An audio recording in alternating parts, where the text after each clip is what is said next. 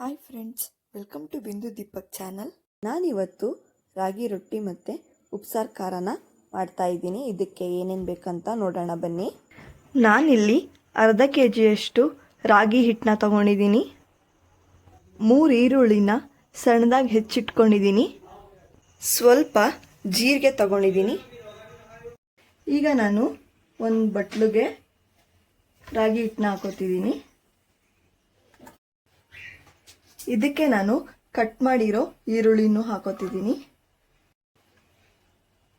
ಸಣ್ಣದಾಗಿ ಹಚ್ಚಿರೋ ಹಸಿಮೆಣಸಿನ್ಕಾಯಿ, ಸ್ವಲ್ಪ ಜೀರಿಗೆನೂ ಕೂಡ ಇದಕ್ಕೆ ಹಾಕೋತಿದ್ದೀನಿ. ರುಚಿಗೆ ತಕ್ಕಷ್ಟು ಉಪ್ಪು. ಈಗ ಇದಕ್ಕೆ ಸ್ವಲ್ಪ ನೀರು ಮಿಕ್ಸ್ ಮಾಡಿಕೊಂಡು ನೀಟಾಗಿ ಕಲಿಸ್ಕೋಬೇಕು. ಜಾಸ್ತಿ ನೀರು ಹಾಕಕ್ಕೆ ಹೋಗ್ಬಾರ್ದು, ಸ್ವಲ್ಪ ಸ್ವಲ್ಪನೇ ಹಾಕ್ಕೊಂಡು ಇದನ್ನು ಗಟ್ಟಿಯಾಗಿ ಕಲಿಸ್ಕೋಬೇಕು. ಚಪಾತಿ ಹದಕ್ಕೆ ಬಂದರೆ ಸಾಕು. ನೋಡಿ, ನಾನು ಸ್ವಲ್ಪ ಸ್ವಲ್ಪನೇ ನೀರು ಹಾಕ್ಕೊಂಡು ಇವಾಗ ಕಲಿಸ್ಕೋತಿದ್ದೀನಿ.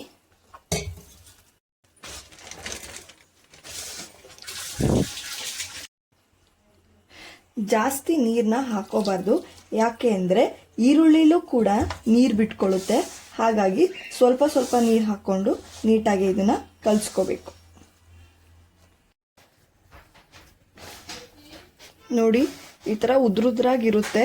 ಅದಾದಮೇಲೆ ಸ್ವಲ್ಪ ಸ್ವಲ್ಪ ನೀವು ನೀರನ್ನ ಚುಮ್ಕಿಸ್ಕೊಂಡು ತಟ್ಕೊಂಡ್ರೆ ಚೆನ್ನಾಗಿ ಬರುತ್ತೆ. ನಾನಿಲ್ಲಿ ರೊಟ್ಟಿನ ತಟ್ಕೊಳ್ಳೋಕ್ಕೆ ಒಂದು ಬಾಳೆ ಎಲೆ ತಗೊಂಡಿದ್ದೀನಿ.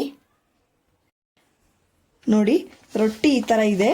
ಇದಕ್ಕೆ ಸ್ವಲ್ಪ ನೀರನ್ನ ಹಾಕ್ಕೊಂಡು ನಾನಿವಾಗ ರೊಟ್ಟಿನ ತಟ್ಕೋತೀನಿ.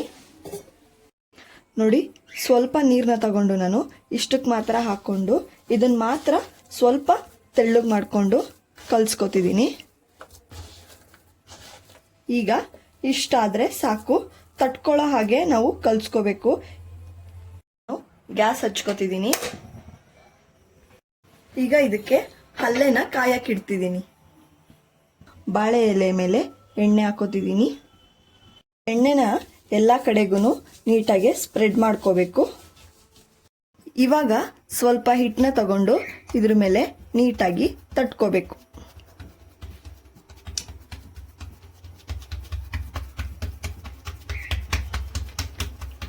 ನೋಡಿ, ನೀವು ಮಂದ ಬೇಕಂದರೆ ಮಂದ, ತೆಳ್ಳ ಬೇಕಂದರೆ ತೆಳ್ಳಗೆ ನೀವು ರೊಟ್ಟಿನ ತಟ್ಕೋಬೋದು.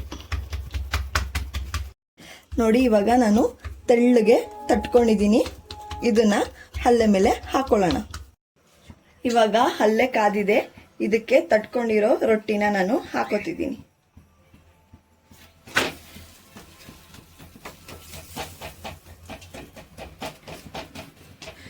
ಎಲೆಲಿ ಹಾಕೋದ್ರಿಂದ ನಾವು ಈಸಿಯಾಗಿ ಇದನ್ನು ಹಲ್ಲೆ ಮೇಲೆ ಹಾಕೋಬೋದು. ಎಲೆಗೂ ಕೂಡ ಏನೂ ಆಗಲ್ಲ, ಹಾಗೆ ರೊಟ್ಟಿನೂ ಕೂಡ ಚೆನ್ನಾಗಿ ಬರುತ್ತೆ. ನೋಡಿ, ಇವಾಗ ನಾನು ಎಲೆನ ತಗೋತಿದ್ದೀನಿ. ನೋಡಿ ಎಷ್ಟು ಚೆನ್ನಾಗಿ ಬಂದಿದೆ ಅಂತ. ಇವಾಗ ಒಂದು ಸೈಡ್ ಬೆಂದಿದೆ.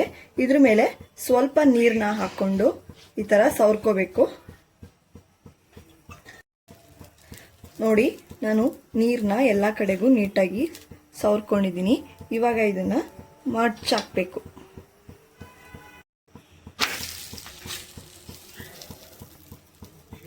ನೋಡಿ, ಇವಾಗ ಮಡ್ಚಾಕಿದ್ದೀನಿ.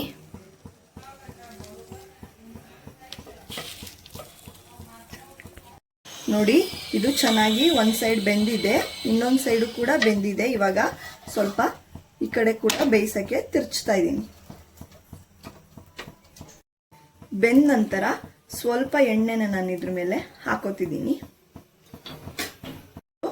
ಇದಕ್ಕೆ ಸ್ಪ್ರೆಡ್ ಮಾಡ್ಕೋತಿದ್ದೀನಿ. ಈಗ ಇದನ್ನು ಕೂಡ ತಿರುಗಿಸ್ತಾ ಇದ್ದೀನಿ. ನೋಡಿ, ಇವಾಗ ರೊಟ್ಟಿ ರೆಡಿಯಾಗಿದೆ. ಇದನ್ನು ನಾವು ಒಂದು ಪ್ಲೇಟ್ಗೆ ಸರ್ವ್ ಮಾಡ್ಕೊಳ್ಳೋಣ. ಈಗ ಇದನ್ನು ನಾನು ಒಂದು ಪ್ಲೇಟ್ಗೆ ಸರ್ವ್ ಮಾಡ್ಕೋತಿದ್ದೀನಿ. ರಾಗಿ ರೊಟ್ಟಿ ಜೊತೆ ಉಪ್ಸಾರು ಖಾರನೇ ಕಾಂಬಿನೇಷನ್. ಇದನ್ನು ಹೇಗೆ ಮಾಡೋದು ಅಂತ ನೋಡೋಣ.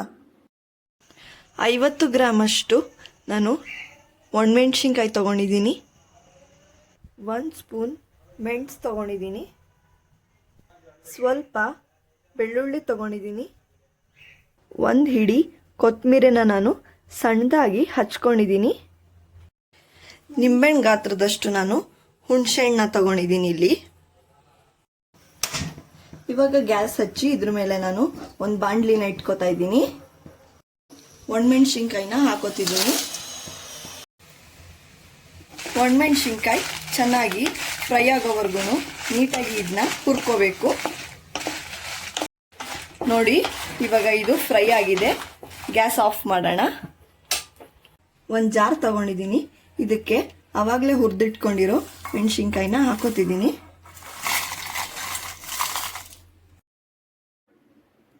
ಸ್ವಲ್ಪ ಬೆಳ್ಳುಳ್ಳಿನೂ ಕೂಡ ಇದಕ್ಕೆ ಹಾಕೋತಿದ್ದೀನಿ. ಜೀರಿಗೆ, ಮೆಣಸು, ಕೊತ್ತಂಬರಿ ಸೊಪ್ಪು, ಹುಣಸೆಹಣ್ಣು, ರುಚಿಗೆ ತಕ್ಕಷ್ಟು ಉಪ್ಪು, ಸ್ವಲ್ಪ ನೀರನ್ನ ಸೇರಿಸಿ ನುಣ್ಣಗೆ ರುಬ್ಕೋಬೇಕು. ನೋಡಿ, ಇಷ್ಟು ನುಣ್ಣಗೆ ರುಬ್ಬಿದ್ರೆ ಸಾಕು. ಇವಾಗ ಉಪ್ಸಾರು ಖಾರ ರೆಡಿಯಾಗಿದೆ. ರಾಗಿ ರೊಟ್ಟಿ ಉಪ್ಸಾರು ಖಾರ ರೆಡಿಯಾಗಿದೆ. ಈ ವಿಡಿಯೋ ನಿಮಗೆ ಇಷ್ಟ ಆಗಿದ್ರೆ ಪ್ಲೀಸ್ ಲೈಕ್ ಮಾಡಿ, ಶೇರ್ ಮಾಡಿ, ಹಾಗೆ ಮುಂದಿನ ವಿಡಿಯೋಗೋಸ್ಕರ ಕಮೆಂಟ್ ಮಾಡಿ. ಪ್ಲೀಸ್ ಬಿಂದು ದೀಪಕ್ ಚಾನಲ್ನ ಸಬ್ಸ್ಕ್ರೈಬ್ ಮಾಡಿ.